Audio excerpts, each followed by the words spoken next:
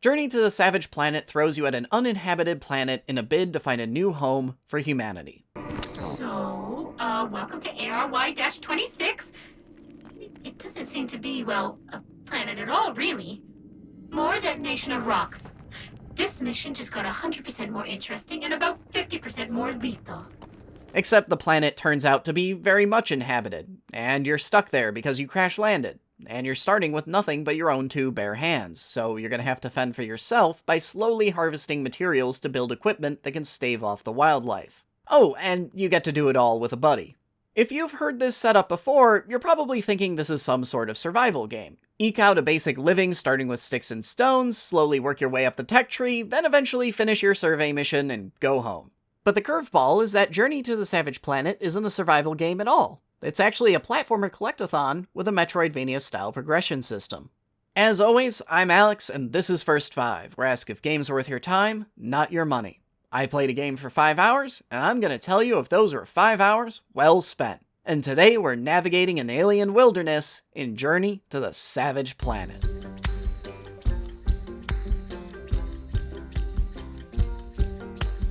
Okay, so let's start by backing up that statement about this game being a collectathon. The game has combat, yes, and there's a Metroidvania-style progression system of power-ups, but all you do in this game is look for stuff. Quick, hunt down these orange goo orbs to give yourself more health. Can you find all 10 of these alien tablets? How about these traveling logs? What about these fuel tanks? You're gonna need 5 if you want to go back home.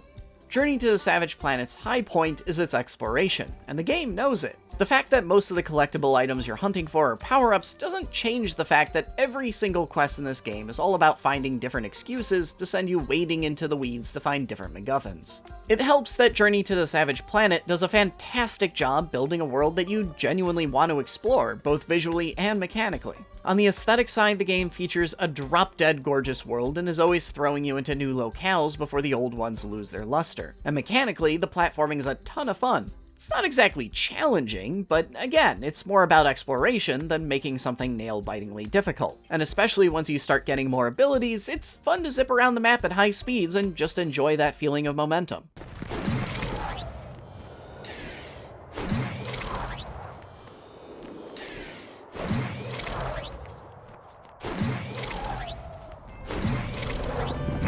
Furthering its emphasis on exploration, Journey to the Savage Planet also makes a gutsy decision by not including a map of any kind, which I imagine is gonna be a somewhat divisive choice. But its environments are always compact and broken up into different smaller subsections, so it's always possible to maintain a mental map of your own. Like, for example, the ice area you start in has its own kind of distinct mini-biomes. There are the ice caves right outside your ship, which funnel you into a huge central plain, which in turn has 2 separate sets of cliffs to play around on to the left and right, before funneling you straight into the next zone through a collapsing lake.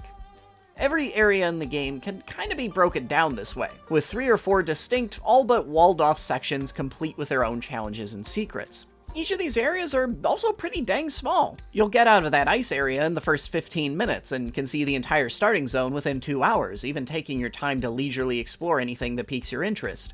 Journey to the Savage Planet is a notably short and sweet package, which is kind of the opposite of what you'd expect from a collectathon, but if you know anything about this channel, you know that I'm all about that.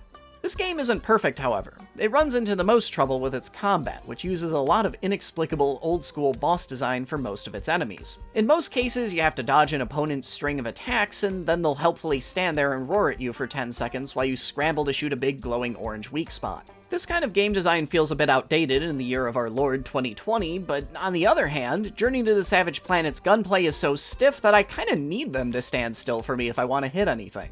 Ultimately, this game's combat did eventually sink in, and once you get used to it, it falls into a steady rhythm. But I'd still consider it okay at best, and I'm thankful that it's not by any means the primary focus. It also helps that outside of some incredibly forced boss battles, you can see most fights coming and just pop an enemy before it's aware of your presence. What's a little less avoidable is Journey to the Savage Planet's narrative, most notably, its tone. There are a lot of times where playing Savage Planet can feel a bit grimy. You're the most cynical form of colonialist scout imaginable, a corporate wage slave running recon to see if the rest of humanity can move in, murdering just about everything you meet, and routinely demolishing an ancient civilization's most important cultural artifacts for power-ups. You are unquestionably one of the baddies, and the game seems to be gleefully in on that fact. It thinks you're gonna kill it. Aw, how accurate. Journey to the Savage Planet takes all the same shots at capitalism and corporate culture that Outer Worlds did, and global warming's just an accepted fact and seems to be the prime motivator for mankind to find another planet in the first place.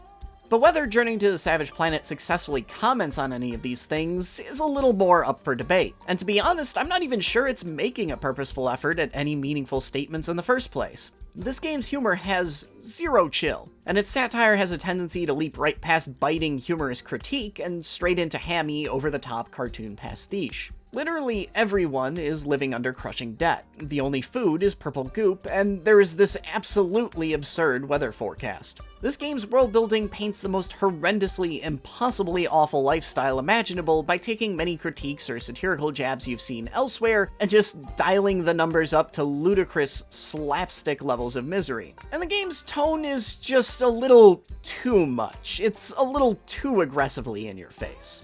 There is one last thing I have to awkwardly shoehorn in here, and that's a note about co-op. Technically, Journey to the Savage Planet is meant to be played with a buddy, which I have to imagine will do wonders to smooth over my tone issues with the game and can make combat a little bit better since, you have a second buddy around to shoot enemies in their glowing orange backs. But I didn't have a friend along for this particular romp, and it still worked out just fine, as evidenced by, well, everything I've had to say so far. But with that last bullet point out of the way, it's time for the big question. What do you get out of 5 hours with Journey to the Savage Planet? The game's campaign tracker helpfully tells me that I'm about 50% into the game, but that's probably including all the collectibles I've missed, because I'm deep into the third of Savage Planet's 4 zones. So you can see a pretty substantial chunk of this game in 5 hours, and I gotta say, I've been having a lot of fun with it. All in all, you can do far worse than Journey to the Savage Planet, especially if you've got a friend to play through it all with. Exploration is easily both the most entertaining and the most frequent activity you'll be engaging in, which makes some of the game's rougher edges in other areas a lot easier to forgive. If anything I've mentioned sounds like it might tickle your fancy, it's probably worth checking out. And if exploration-focused games are your jam, I recently covered the fantastic Outer Wilds. If you're looking for something else to play with a friend, you can also check out my review of the action RPG Cat Quest 2. But I hope you enjoyed this first 5 review. If you did, maybe consider hitting that subscribe button. If you're looking for games that value your time and don't pad themselves, I'm your guy. Thanks for watching this far, and I'll see you all next week.